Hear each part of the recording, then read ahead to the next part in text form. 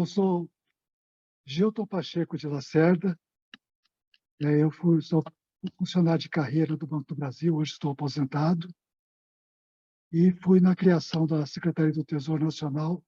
Eu fui requisitado para aquela secretaria, onde eu passei lá 15 anos cuidando de haveres financeiros.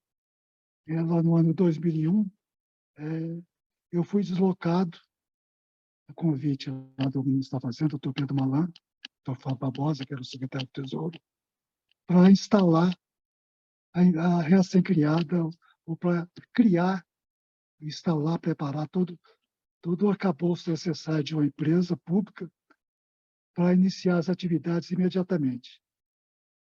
Isso foi resultado de um trabalho realizado pelo Banco Central do Brasil, lá no ano 2000, que ele detectou inconsistências na forma de provisionamento de créditos imobiliário e rural nos 4 bancos federais que operavam no mercado: a Caixa Econômica Federal com Crédito Imobiliário, o Banco do Brasil, o Banco do Nordeste e o Banco da Amazônia, que operavam com crédito rural naquela época.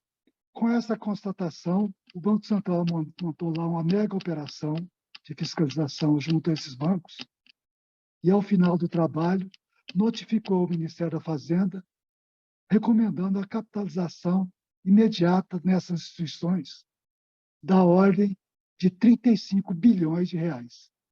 Isso deveria ser feito em moeda corrente, em valores atuais, montava em cerca de 134 bilhões de reais. Então, a recomendação do Banco Central se tornou inviável em face à União não dispor de orçamento e nem de limites para alocar, orçar e alocar esses recursos, atendendo à recomendação do órgão fiscalizador, Banco Central do Brasil. Então, pela urgência da medida, foi necessário encontrar outras alternativas em face da proximidade dos balanços dos bancos, que são semestrais. Nessa situação, foi editada uma medida provisória, e continuou a medida provisória naquela fase de transição da tramitação dessas medidas, que foi a 2196, que estabeleceu um programa de fortalecimento das instituições financeiras federais e autorizou a criação de uma empresa pública federal, a empresa gestora de ativos, a Engeia.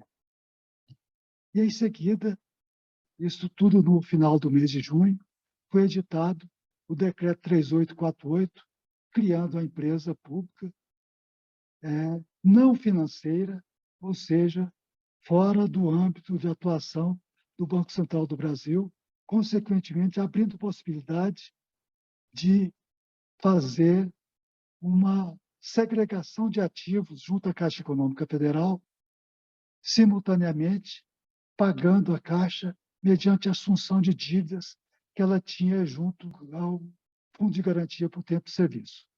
Isso foi feito e contratado em 29 de junho de 2001, que é a data da criação e instalação da empresa gestora de ativos. Dentre os créditos que foram segregados e, mediante contrato, assumidos, passado pela gestão para a gestão da Engeia, tinha 1.380.000 contratos junto a pessoas físicas e 430 contratos junto à pessoa jurídica. A Caixa Econômica forneceu todo o suporte necessário para a Engeia se instalar, inclusive acomodações físicas. Nós passamos a atuar no mesmo prédio da matriz da Caixa Econômica e, posteriormente, no conjunto cultural da Caixa, até que a Engeia se mobilizasse para encontrar um ambiente adequado para exercer as suas atividades. Simultaneamente, a Caixa criou as gerências de crédito terceiros encarregadas de prestar serviços para a Engeia.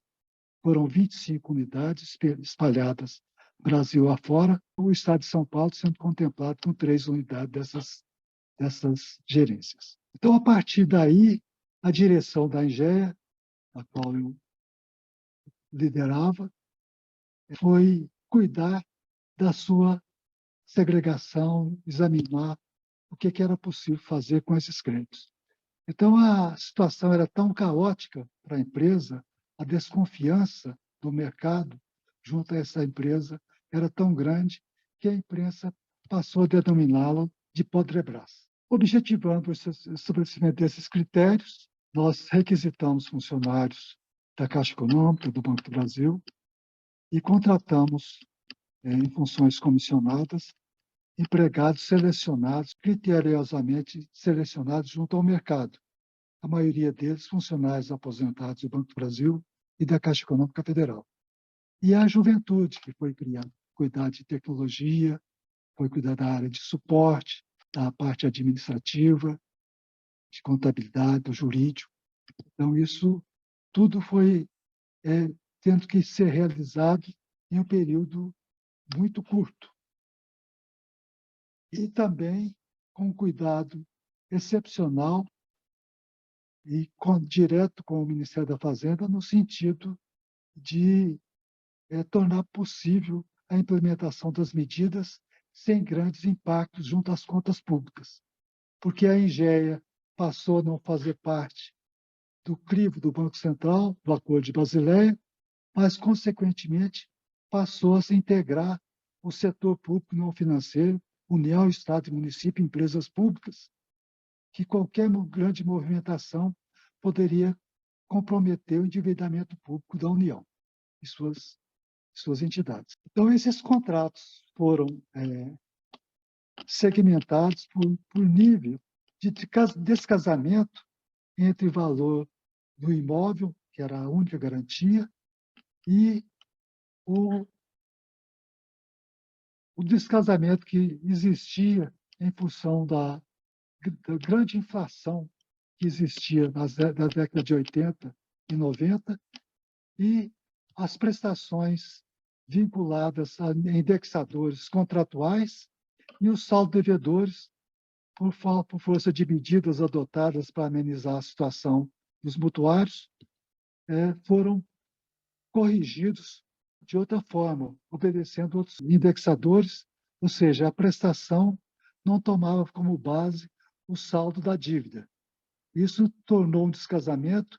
Em alguns dos casos, a dívida ficou superior ao valor do imóvel em até 10 vezes. Então, as condições estabelecidas para a liquidação dos contratos, após a aprovação da diretoria executiva e do Conselho de Administração, passaram a entregar os normativos da empresa. E é importante ressaltar que a tramitação do assunto acompanhado para e passo pelo Ministério da Fazenda em decorrência dos fatos que eu relatei anteriormente. Então, os vultosos valores que envolveram a criação dessa empresa despertaram atenção especial dos órgãos de controle. Para ter uma ideia, o Tribunal de Contas mandou uma equipe de auditores para a empresa e eles passaram lá dentro cerca de 1 ano, 12 meses, levantando dados pormenorizados sobre os créditos adquiridos e sobre a atuação da empresa. E ao final dessa inspeção, isso foi submetido ao crivo da Corte, do Pleno da Corte, que recomendou, em 3 de novembro de 2004, que a empresa apenas tivesse maior investimento na divulgação de informações à população sobre a atuação e as vantagens das renegociações que estavam sendo conduzidas. Então, isso para nós foi um alívio muito grande, saber que, pelo menos, nós estamos no caminho certo. Os primeiros levantamentos realizados pela empresa sobre a situação dos créditos perante a parte jurídica, perante as ações que tramitavam junto à Justiça Federal, por ser uma empresa pública federal, registrava a existência de cerca de 150 mil ações no polo passivo da Engea. Então, era um volume muito grande de ações totalmente inadministrável por nossa parte e por parte da Justiça Federal, porque não tinham uma visão de como aquilo poderia ser solucionado de forma que a Engea tivesse contratualmente forma de sentenciar, de forma que a Engea pudesse receber os valores razoáveis e que resolvesse de vez os conflitos. O que era sentenciado ao final da apuração o que foi determinado pela Justiça, nem sempre resolvia o problema da empresa e nem do devedor. Isso, consequentemente, gerava novas ações. Então, a Engea contou com o apoio do principal gestor das audiências de conciliação, que não era uma prática utilizada pela Justiça Federal, e o doutor Erivaldo Ribeiro Santos, que era titular da terceira vara da Justiça Federal de Maringá, resolveu, mesmo assim, realizar audiências de conciliação. Chamou a Caixa das audiências e nós encaminhamos lá também a nossa superintendente de pessoas físicas para acompanhar esses eventos, para tomar pé da situação, saber em que a empresa poderia contribuir na condução desse assunto. Então, ela teve um contato com o doutor Erivaldo, que sugeriu um encontro dele com os dirigentes da nova empresa. Ela retornou a Brasília, prontamente nós fomos a Maringá, tivemos uma boa conversa com o doutor Erivaldo e, por consequência, na conversa nós descobrimos que nós tínhamos anteriormente a mesma origem, que ele foi também escriturário do Banco do Brasil, como eu. Isso sempre facilita muito a conversa por causa da linguagem que nós tínhamos e da tradição que uma empresa pública igual o Banco do Brasil tem e que passou para nós uma confiança no tratamento dos assuntos, observadas as limitações de um magistrado e de um presidente de uma estatal federal. Então, posteriormente, eu retornei a Brasília com as recomendações que nós tínhamos observado, que tinha constatado na experiência das audiências de conciliação, que, infelizmente, não tinha sucesso. E, consequentemente, isso o doutor Erivaldo levou ao conhecimento do presidente do Tribunal Regional Federal da 4ª Região, que à época era o Vladimir Passos de Freitas, que deu total apoio às atividades do doutor Erivaldo. Ele esteve presente em Maringá, em eventos realizados lá, e nos deu um grande apoio, e que nós o visitamos também, que foi o grande incentivador das audiências de conciliação. Então, inicialmente, em caráter experimental, nós implementamos essas medidas em Maringá, posteriormente na jurisdição da 4ª Região, que é os estados do Rio Grande do Sul, Paraná e Santa Catarina, e posteriormente mantivemos contato com os outros 4 tribunais regionais da época, acompanhados, às vezes, do doutor Erivaldo, que nos deu um apoio muito grande, e, posteriormente, a doutora Thais Ferraz, juíza da Seção Judiciária de Porto Alegre, e tivemos a oportunidade de realizar diversos eventos visando o aperfeiçoamento das audiências de conciliação. Então, foi feito um trabalho muito grande, louvável, que no período de setembro de 2002 a junho de 2007, nós realizamos cerca de 55.000 audiências de conciliação, com volume de acordos de cerca de 55% dessas audiências. Tivemos apoio muito grande, adquirimos muita experiência, a Justiça Federal também aperfeiçoou muito e eu tenho notícias que ela continua realizando as suas audiências de conciliação. Tem umas curiosidades da empresa, e acho que seria interessante, que a ciência da conciliação pregada pelo doutor Erivaldo foi difundida aí Brasil afora. É a paciência de ouvir os desabafos, se necessário convocar outras audiências. Teve caso, não foram muitos, graças a Deus, que o acordo só foi possível na sexta audiência. Nós tivemos umas experiências inusitadas, muitas cômicas, outras também que foram experiências tristes. Nós tivemos casais separados que tivemos que realizar uma audiência com o ex-marido e outra audiência com a ex-esposa. Tivemos o apoio muito grande dos tribunais regionais federais, do STJ, que baixaram os processos que já estavam em fase de recurso naquelas instâncias, que foram baixados para conciliação, visando um acordo que pudesse levar a cabo aqueles acordos que é o objetivo de todos. Por outro lado, também, voltando às nossas experiências, nós encontramos imóveis cujos créditos que foram adquiridos pela Engea, tinha créditos dentro dessas audiências de conciliação, estava em cobrança administrativa e fora dela também. Então, dentro da massa dos 1.380.000 contratos e também dos 430 contratos de pessoa jurídica, que foram objetos de conciliação, que tiveram fatos cômicos. Nós encontramos mutuários que não pagavam a prestação e recebiam o aluguel do imóvel.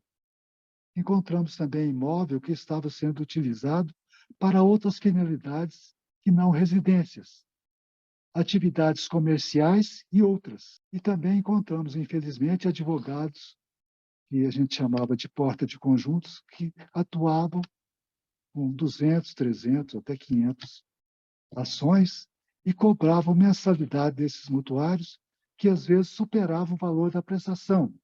Ele ficava inadimplente com a Caixa e posteriormente a Engea e pagava um valor para o advogado que não resolvia o problema da Engea e principalmente do mutuário que estava sendo iludidos por um advogado que estava explorando aqueles mutuários.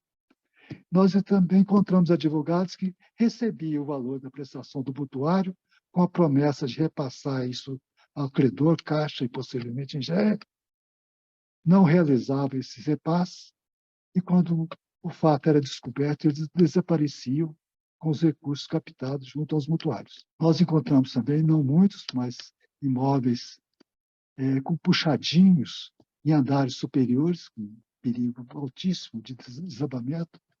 Encontramos imóveis invadidos, conjuntos inteiros sem habites, e também muitos conjuntos que foram construídos pela Engea, contratados pelas Coabs estaduais, repassados à Caixa e, às vezes, bancos que foram saneados e os créditos foram repassados pelo Banco Central e, posteriormente, repassados pela Caixa.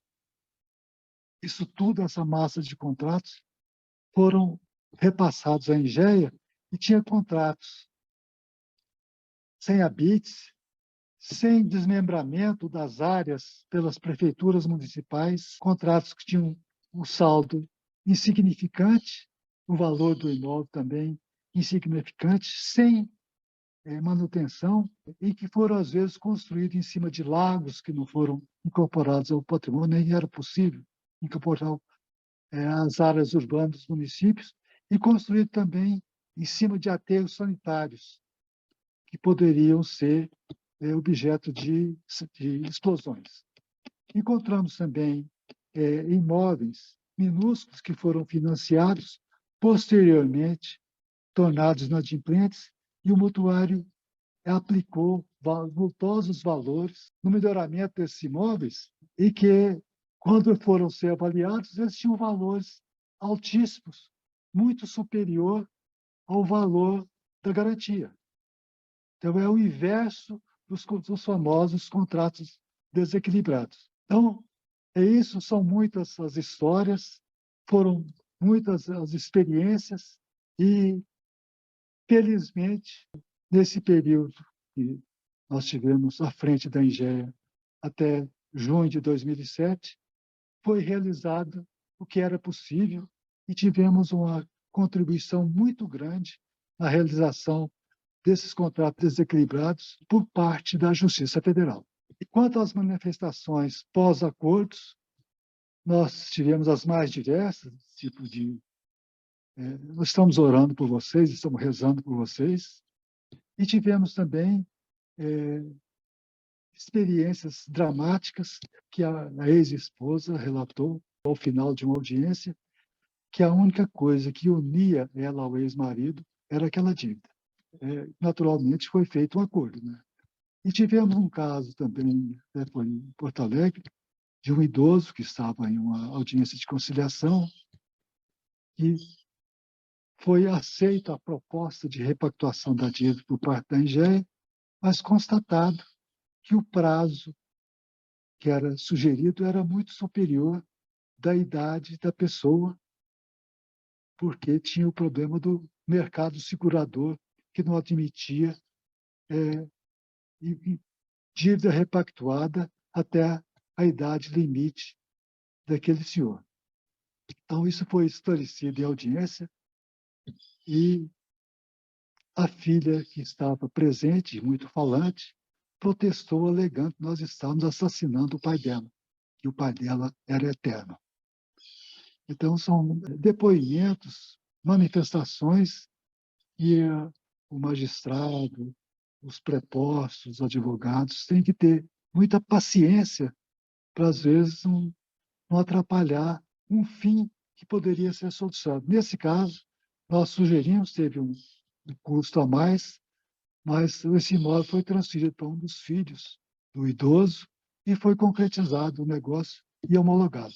Finalmente, de minha parte, de minha ex-equipe, nós guardamos um orgulho muito grande e fácil termos assumido uma tarefa que ninguém acreditava e que poderia dar certo, e saímos ilesos, sem nenhum processo junto aos órgãos de controle ou junto ao Poder Judiciário, e respondido nenhum processo junto à Justiça do Trabalho relacionado aos empregados da empresa, e sempre tivemos um respeito muito grande por parte dos nossos interlocutores, mutuários, magistrados, servidores, advogados, também que não foi registrado nenhuma discussão com os magistrados sobre as sentenças proferidas, que muitas delas eram contra os interesses da Engea.